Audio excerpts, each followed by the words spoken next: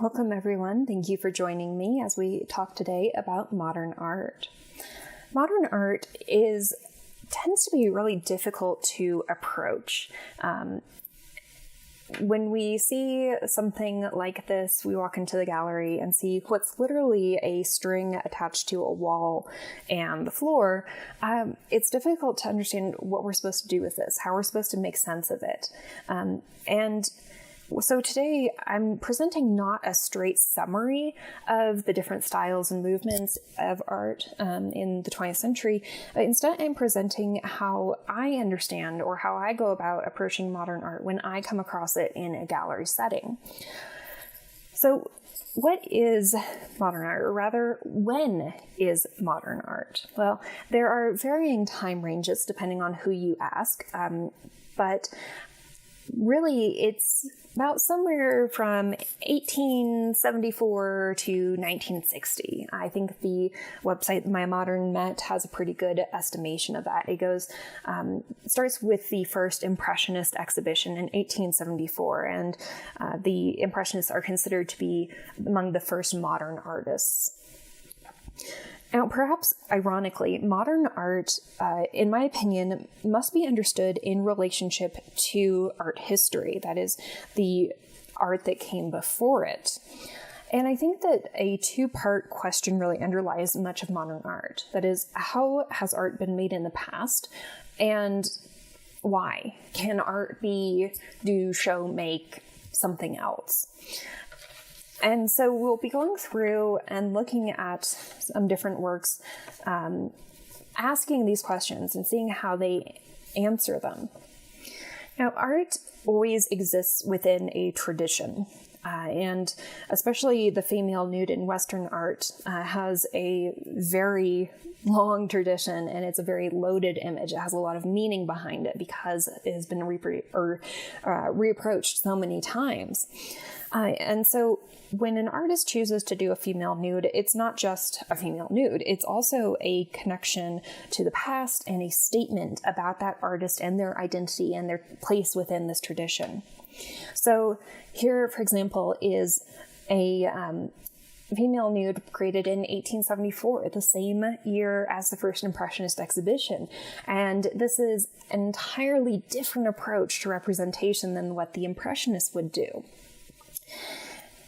And we can go back to 1538 with Titian's very famous painting, The Venus of Urbino, which then Young would definitely have had it in mind. He would have known about when he produced his Odalisque in 1814.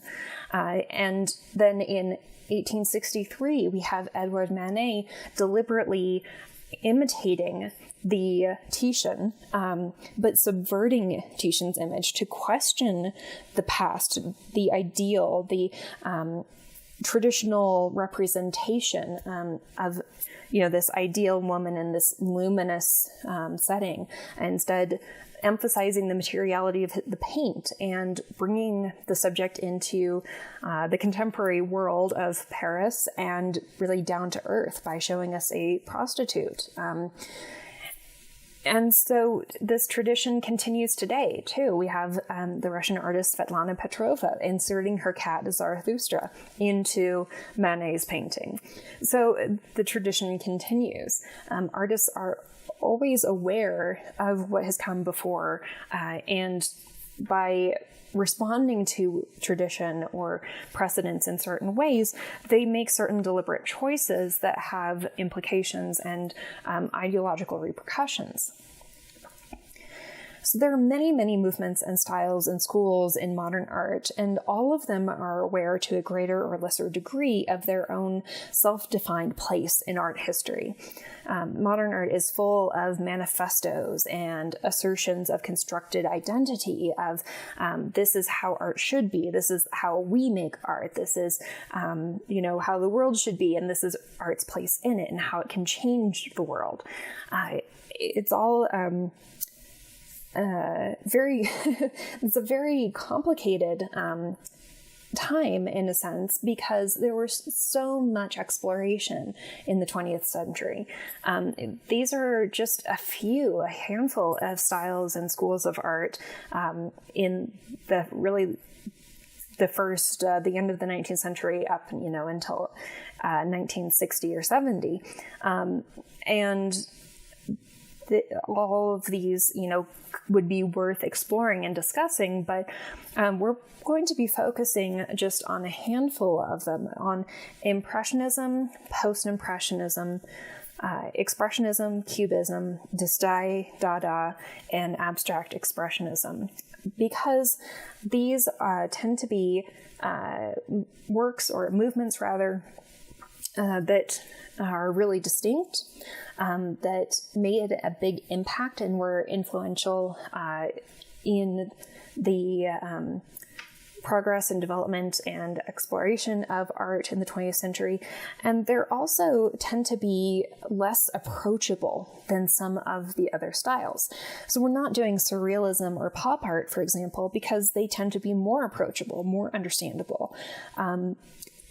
Surrealism is very strange because its goal is to be strange, to be surreal, to explore the world of dreams and unreality and the subconscious. Pop art is approachable because it's using popular imagery and so-called low culture as its visual vocabulary. So the angle that we use today in approaching these 7 schools or styles of art can be applied to pretty much any work. And again, my goal is to explain how I tend to conceive of modern art, so that the next time you are confronted with some work that you really don't understand or have no means of approaching, you can kind of think about it in a certain way. Now, I'm sure that other art historians will disagree with a lot of this or have totally different ways of proposing it. So I fully acknowledge and leave open that space for alternative perspectives. But if modern art is supremely concerned with exploring options in art making, we need a vocabulary to talk about what we're looking at, right? And so we're going to be using the elements of art and design. They're kind of categories. So in the same way that we might talk about people or individuals using height and weight and blood type and things like that, these categories are universal. They can be universally applied to art, but the particulars will vary. So to begin, to give us kind of a starting place, we'll be looking at this really conventional landscape by the American artist Robert S. Duncanson. It was made in 1867, and it's supposed to be depicting the Vale of Kashmir in India. Now, I've never been to Kashmir, so I cannot 100% say this, but this is not what Kashmir looks like. This is the artist's imagination of this exotic locale in which we have both palm trees and mountains in this beautiful, idyllic, somewhat fantastic setting. But although this was created at a particular place and time in art history, the way it approaches the different elements of art and design is pretty conventional and doesn't vary too much from the rules or standards or expectations of representation of landscapes that had existed for, a few hundred years since the Renaissance, really. So we'll start with perspective. Perspective is the representation of distance or depth in a painting. And here we have a perspective that is presented from the viewpoint of a single viewer. So when you look out in the world, you can only see from one point of view because your eyes cannot be in multiple locations at once. So we have a single perspective from which we are viewing this scene, right? And our understanding, our perspective of the setting is naturalistic in the sense that it is reflecting our limitations as a grounded body with, this is not going well, okay.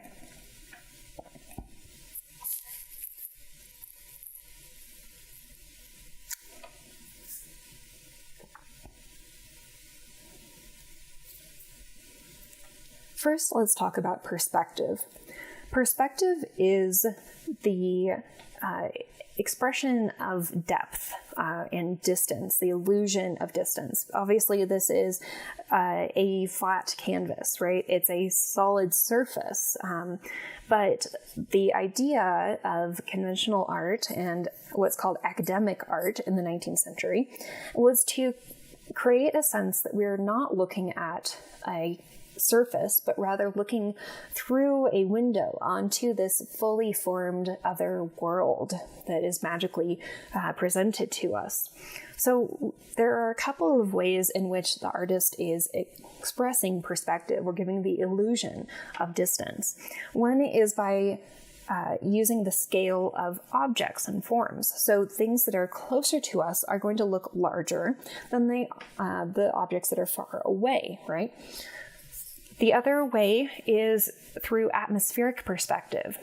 So the mountains that are farther away from us are presented as hazier, paler, less defined than the palm trees that are near us, as the atmosphere and atmospheric effects gradually interfere with the clarity of our vision the farther things get from us. We are presented with this landscape from a single point of view. That is, we are a fixed viewer. We can only see one side of the palm trees or one side of the mountains rather than the opposite side at the same time, because as you look out in the world, our eyes cannot be in multiple places at once. So Duncanson is choosing to present a naturalistic perspective that acknowledges the limitations, the visual limitations of a fixed viewer. Similarly, the light is naturalistic here. We cannot see the light source. It's off somehow to the left behind the palm trees in the distance, but the light is coming from a single source. We can tell the direction of the light, and the light is used to distinguish the form of objects and the elements in the painting. So we can tell the contours of the mountains thanks to the light and shadow that is cast on it from the light source. The composition is the word for how things are arranged in space or on the surface in the picture plane. So here we would have what we call a balanced composition. And what that means is that there's no part of the canvas that has more attention drawn to it in particular than another section. So although we have this big mass of dark shapes on the bottom left side, we also have a similar collection of dark shapes on the right side. And if there's a certain part of the picture that draws our attention the most, it's really the center, so that there's no sort of unbalance to the composition. Color, similar to the light and perspective, is presented naturalistically. So we don't have any really saturated colors. There's no neons or things that seem really unnatural and out of place. We have earth tones, greens, browns, things like that. And that's not to say that this is simply a direct representation of nature. Duncanson is absolutely making choices here. For one thing, because this scene is not real.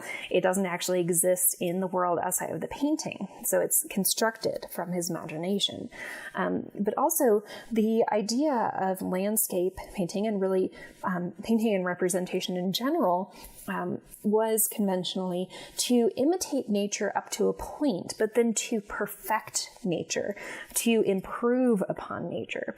And so the colors used here, the light used here, while naturalistic, that is, drawing from or influenced by nature, inspired by nature, is also purposefully composed to create a harmonious whole, to create a certain vision that is desired by the artist. Texture is an interesting element to talk about because it really has two meanings. First of all, there's the illusion of texture, the representation of texture, the way that the trees with their leaves have a different texture than the smooth surface of the lake. But then there's also the texture of the painting itself. The painting is pigment suspended in oil that is layered on top of coarse fabric, coarse woven canvas. And these elements have their own texture, their own materiality. But here in this landscape, that texture is completely eliminated. It's totally disguised. The surface of the canvas is smooth. If you looked at it at an angle so that the light hit it, it would be flat. There's no part that stands up more than another. There's no trace of the artist's hand. You'd be really hard pressed to find a place where you could distinguish an individual brush stroke here. The goal is for Duncanson and for academic art in the 19th century is to eliminate any appearance of material presence from the paint or the canvas or the artist's hand.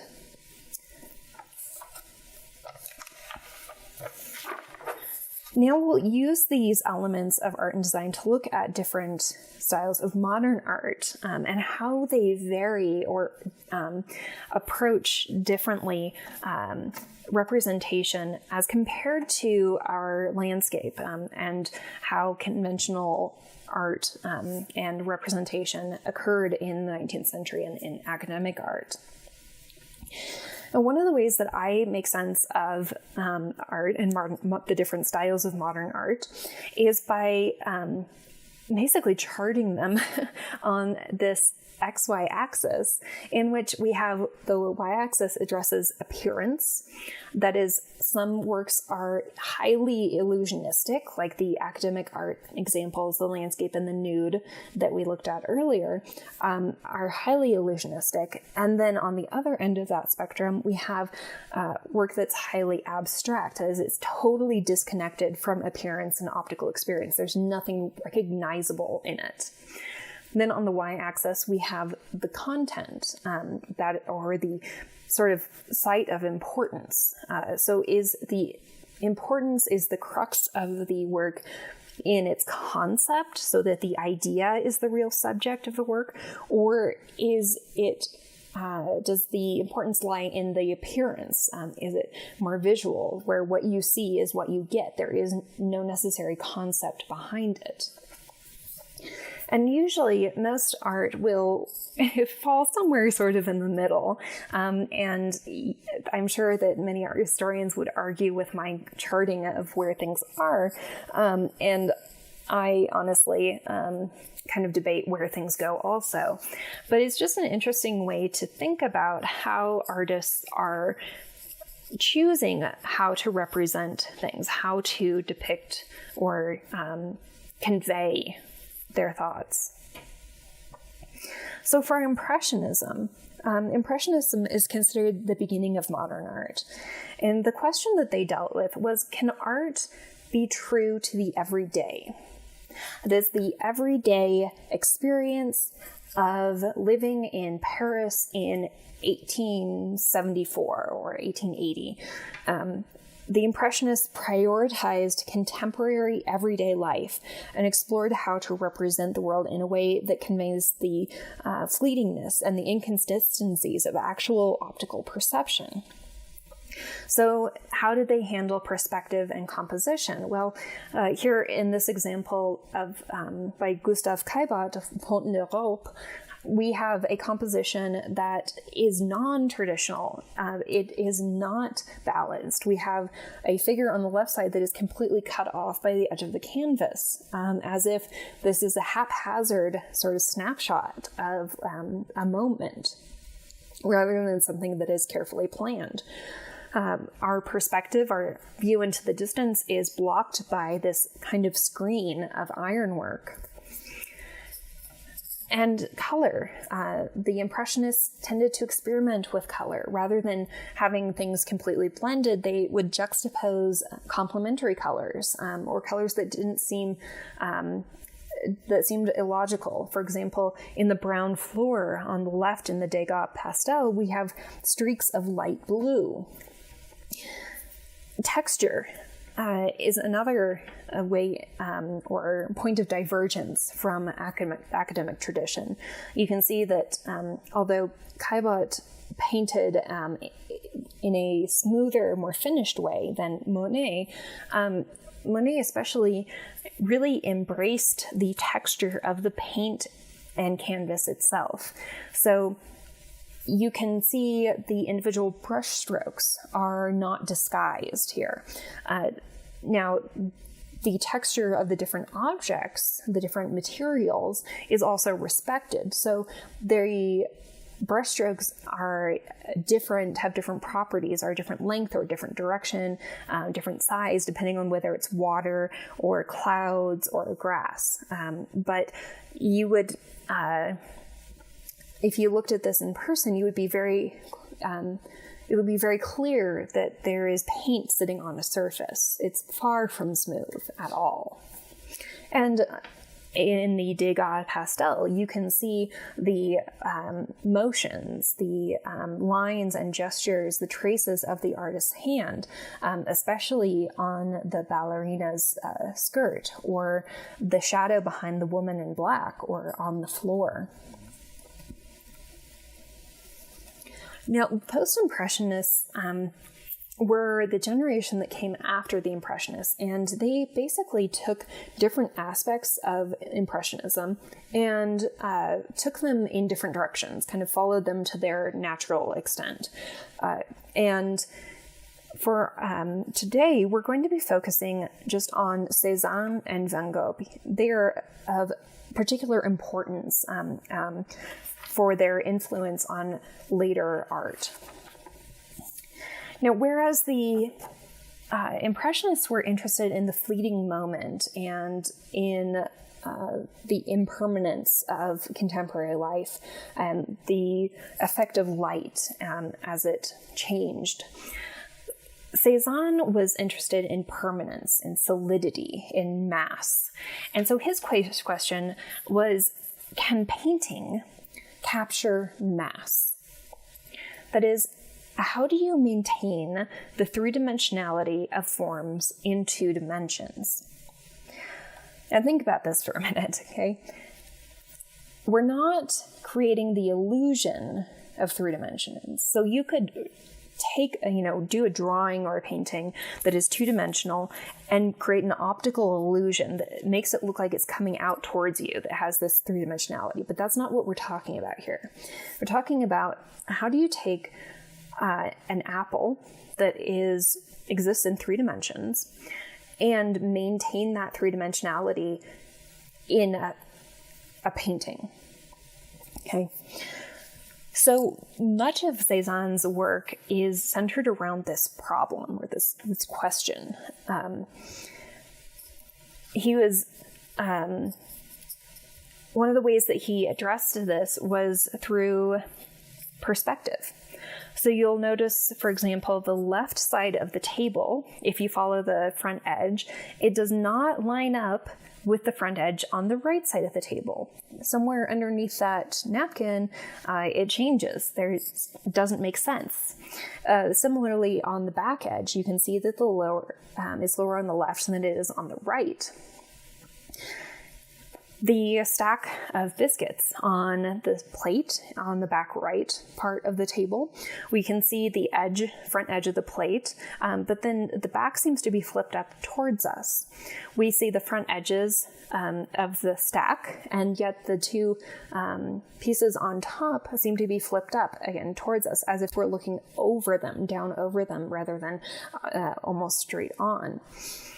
And you can see pieces of this throughout the picture, where we seem to be seeing the different objects from multiple perspectives, so multiple points of view combined into the same work.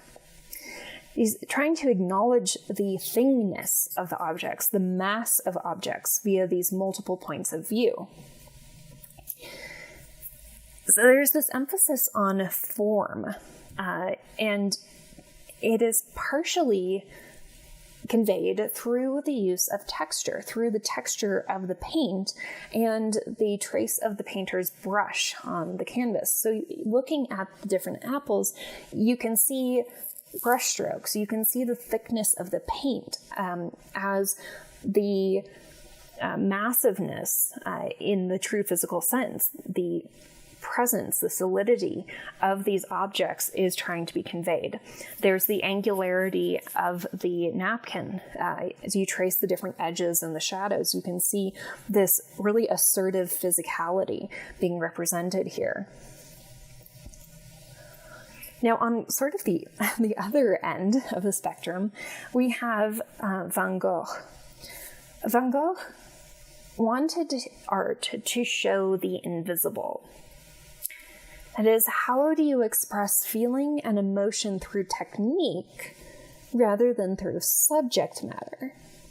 So what that means is you could do a picture of like a dying child, right? That's obviously sad because the subject is sad.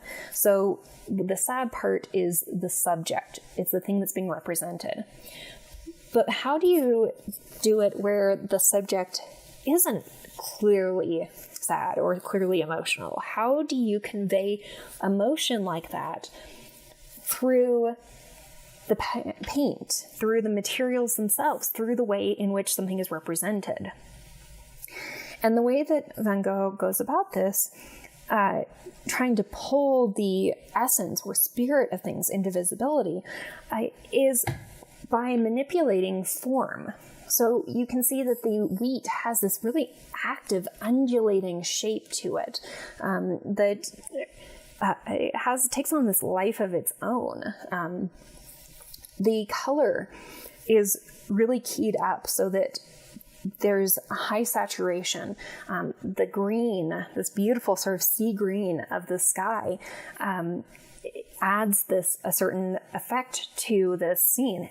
These are not naturalistic colors. So we're very far distance from what Duncanson was doing with these muted earth tones. And then there's this embrace of texture. So not only can we see the artist's brush, but the presence of the brushwork, the trace of the artist's hand is really emphasized so that we have this sky that is just full of brush marks, and it activates the sky in a way that is really energizing and enlivening in a way that a smooth sky never could be.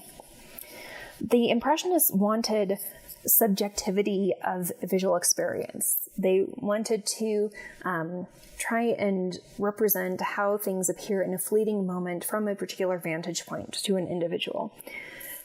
Van Gogh wants to express the subjectivity of emotional experience in visual form. And he does that. And I think it's a real testament to Van Gogh's skill that he is able to convey emotion, the celebration of life, the intensity of feeling and vibrancy and energy of a scene that he felt is conveyed effectively through his manipulation of form and color and texture. Now, both Van Gogh and Cézanne were important for their influence on later movements. So Van Gogh was very inspirational to the Expressionists, and Cézanne was one of the inspirations for Cubism. Now, Cubism is a very far cry from what Van Gogh was doing. It was developed by Pablo Picasso and Georges Braque. And whereas Cézanne wanted to preserve form, the Cubists wanted to flatten it. Cubism was meant to be very cerebral, very logical, and mental. And the question here is, what happens to three-dimensional objects if they're flattened? So rather than preserving the form and the materiality and the mass of three-dimensional objects in 2 dimensions, I think of Cubism as if you took a an object and squished it between two panes of glass so that it folded and flattened and broke into different angles and pieces. And that's how Cubist works look. Now, copyright prevents my reproduction of this work, but it is available online, so we're going to look at it there on the museum website.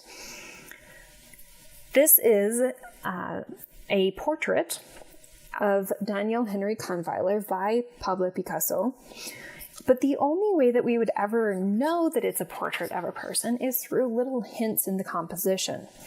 There's this sort of folded hands here in the bottom, and then eyes and a nose up here, the waves of hair. But really, this is an overwhelming fracturing of the body into a series of flat surfaces with angles and edges. Picasso, as I said, wanted Cubism to be cerebral, analytical, to appeal to the mind rather than to the eye or to the emotions. And the colors are limited to grays and browns in order to draw attention to the geometry. Interestingly, Cubism, strict Cubism, was abandoned by Picasso, but it was picked up by others. So we have this real break with traditional composition, perspective, light, form, color, and texture. So every element of design is treated in a radically different way here than what we saw in academic art. And these radically simplified forms, these two-dimensional flat shapes, are rearranged at will to create compositions that are totally unrelated to reality. As I said, all of the elements are being messed with here, although we can still pick out certain recognizable things. So here we can recognize that this is probably a building of some sort with a door, right? Here we have a guitar, wallpaper. We have the wood grain of a table and what is a cup, goblet, and a newspaper. So we have recognizable pieces, but they are not arranged or presented in a way that is illusionistic or naturalistic.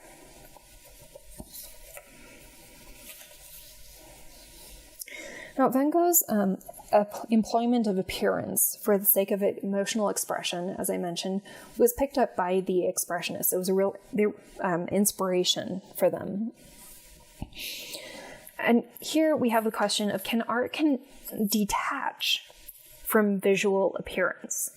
Can internal reality be presented as more real, more present than external appearances? Can the internal override, essentially, the external? And this is the work of Vasily Kandinsky. Here we have all of the elements, composition, perspective, light, form, color, and texture, all detached from illusionism. The recognizable elements here are reduced to mere symbols, the barest necessary elements to gain recognition. So we have these vertical elements here that are probably the outlines of buildings. We have a dome here, maybe of a church.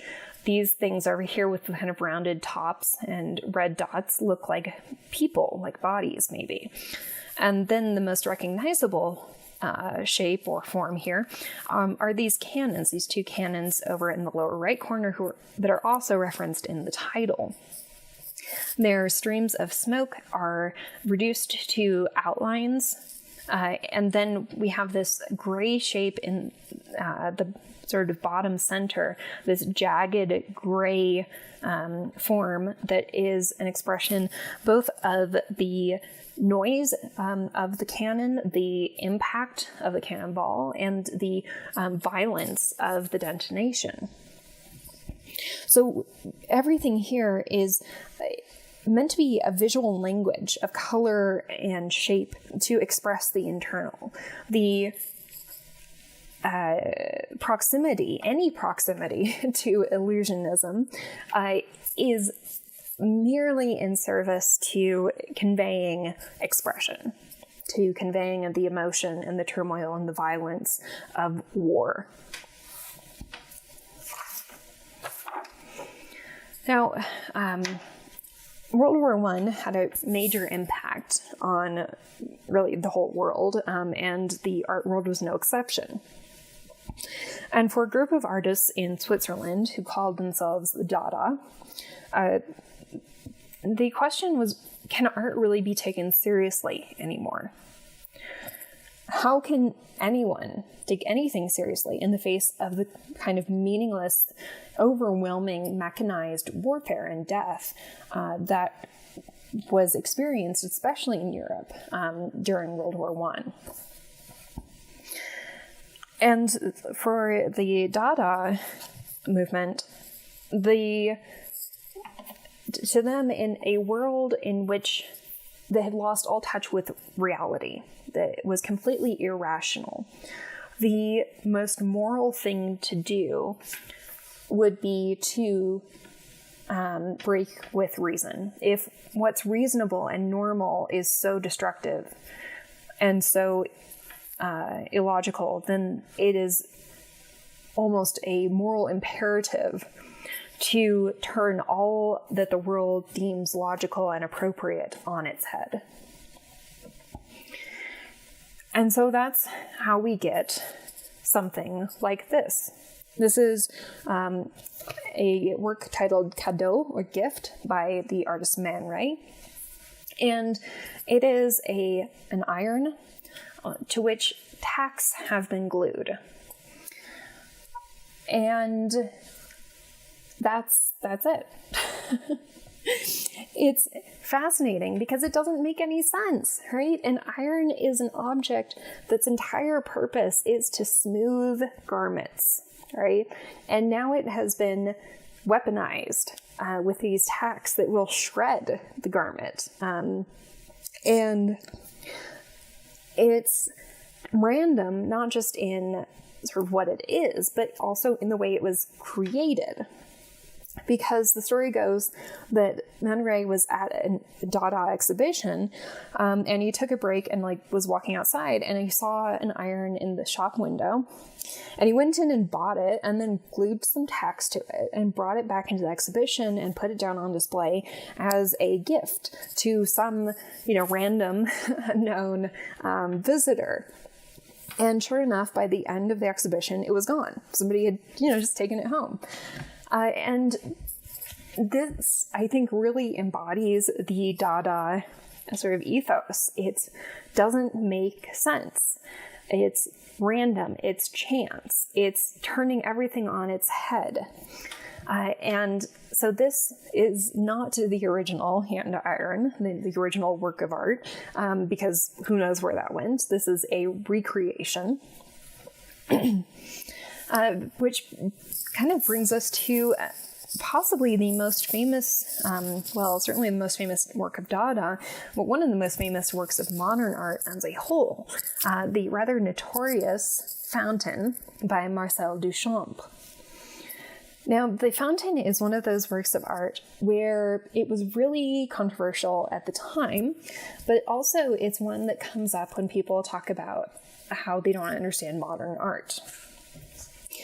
And I have to say that I actually love this work because what the story behind it is that Duchamp purchased a urinal, which is a mass-produced object, right?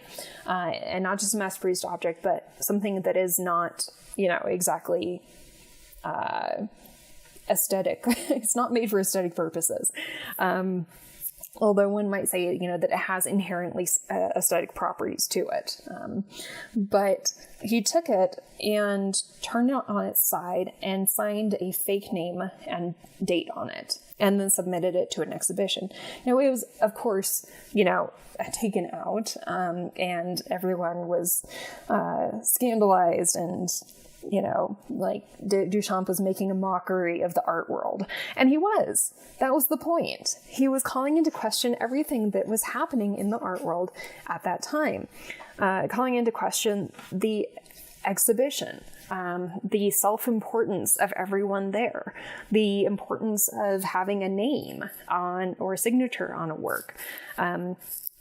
It's also fascinating because, as I said, this is a mass-produced work of art, right? He didn't make it himself, but neither are most sculptures. So if you see a marble sculpture made in, the 19th century, a sculptor, designed it using clay or wax, usually, and then a technicien, so a technician, a workman, a craftsman, was the one who actually sculpted it into marble, and they get no credit.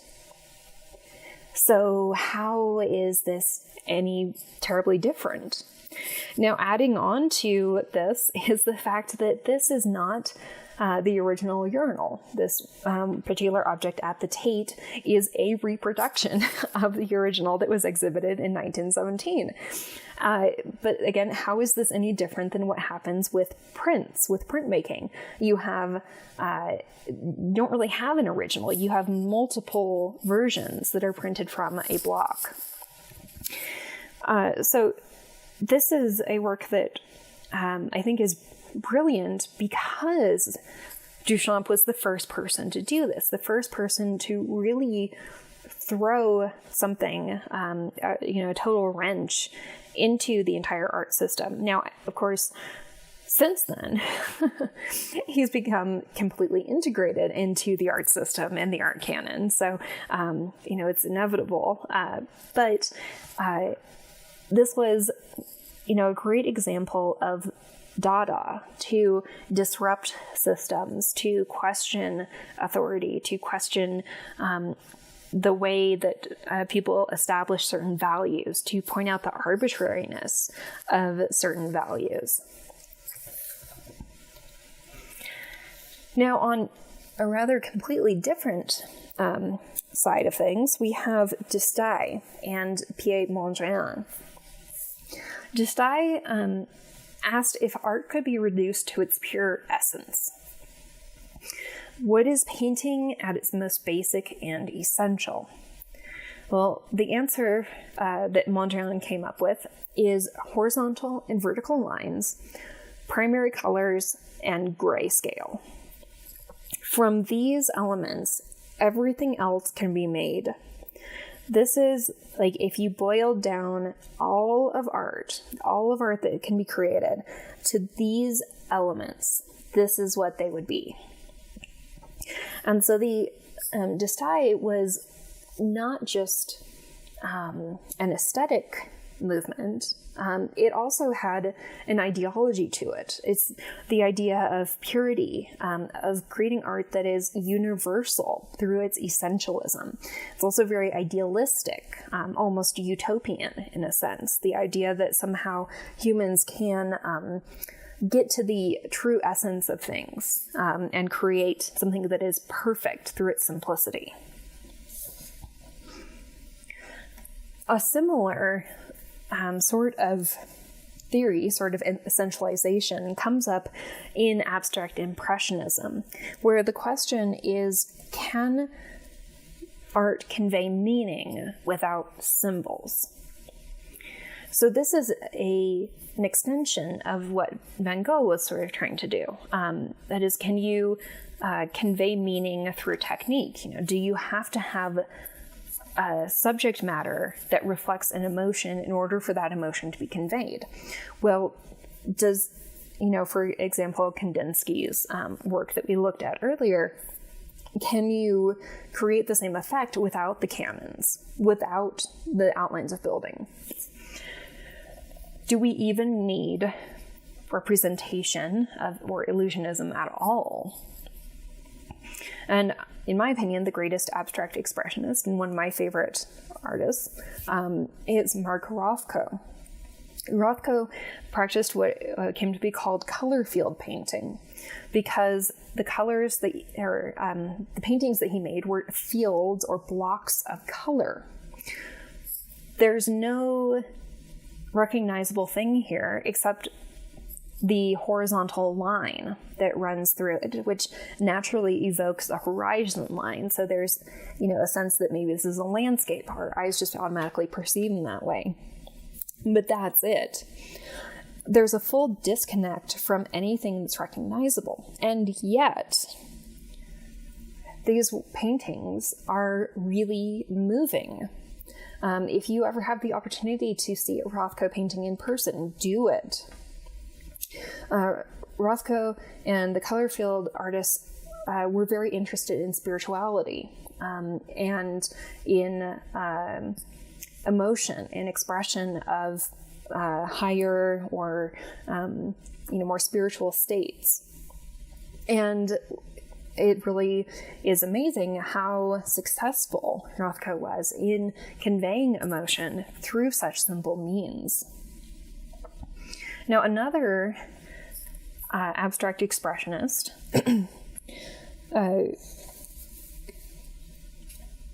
came to be associated with modernism through the work of a particular art historian and critic named Clement Greenberg, who asked, can painting be pure?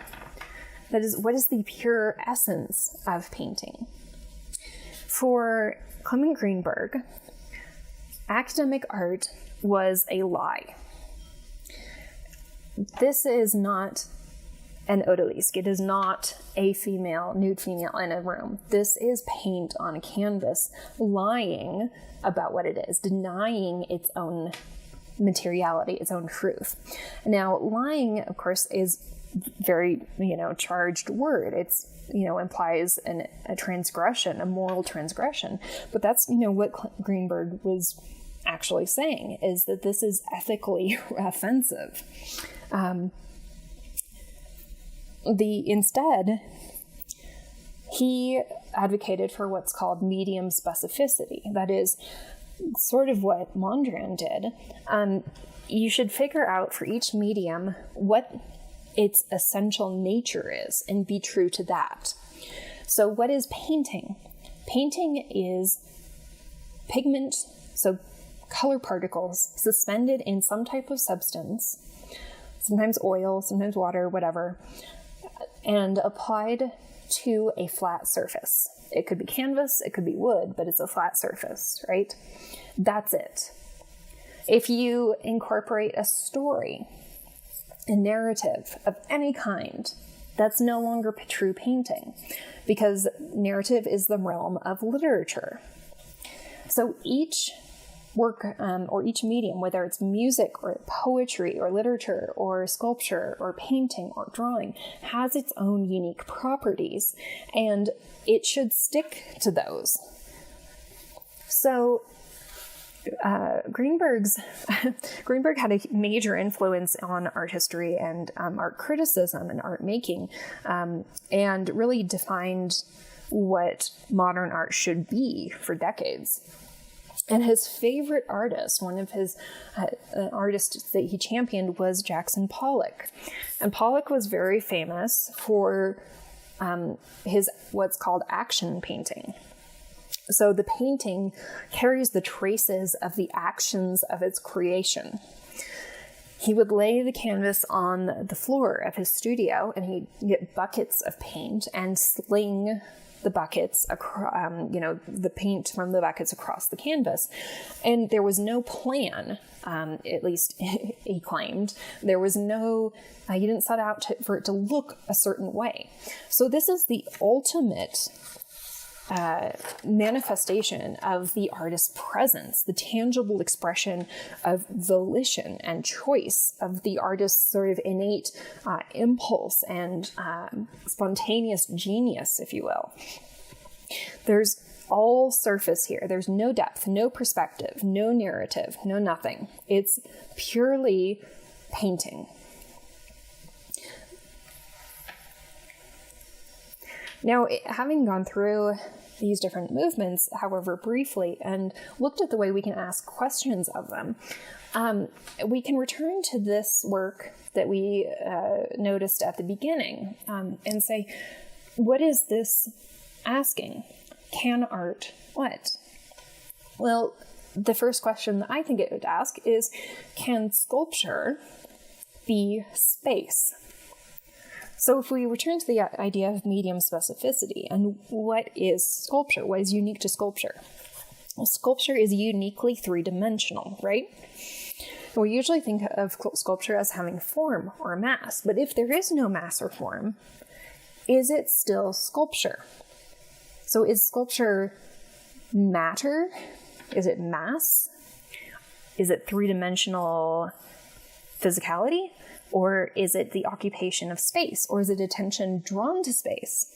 Because what happens here is that there's a string creating a trapezoid from this perspective.